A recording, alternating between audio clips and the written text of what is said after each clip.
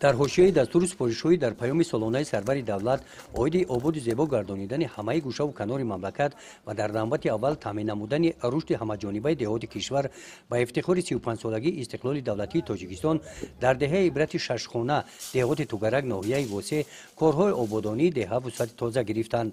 این دهه در دامنه کوه خواجه مومین همسال دوران صاحب استقلالی تاجیکستان بوده با شکرانه از دوران صاحب استقلالی تاجیکستان زیاده از 100 خواجگی در آن زندگی دارند.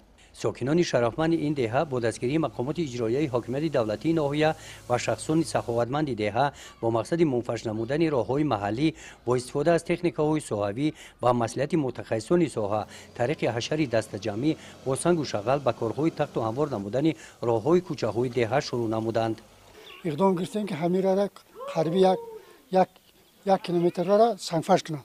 این شما دیدید که حاضر قریب 500 متر دیگهش مونده است. ان آینده بود میکنیم.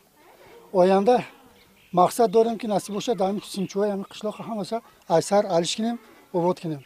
یک نقشه دیگه داریم که نصیب باشه در قشلاق همسایه باید 800 متر آوین شوکی باید کشته شود. نصیب باشه اقدام میکنیم که با یاری همین خلق و یاردم صاحب کارا ان شاء الله این کارا بود میکنیم نصیب باشه قریبی. انا آینده خب باز اقدام کردیم که یک 4 سوتیق زمین گرفته زمین تیاره نصیب باشه نونگاه طبیعی زمانوی خواجگی دهقانی برای بکره گرفته ان شاء الله نصیب باشه آینده این کارا بود میکنیم. الان اینجا 4 سوتیق زمین ده بنگاه طبیعی زمانوی ساخته میشه. این اقدام نجیب اهل دهه عبرت ششخانه آغاز دیگر کارهای آبادانی در این دهه گردید.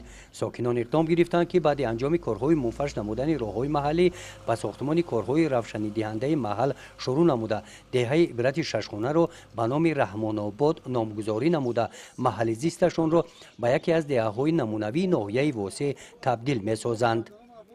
گزارش خواجه نظریف خدای نظر ظهوروف از ناحیه واسه برای برنامه اطلاعاتی نوید.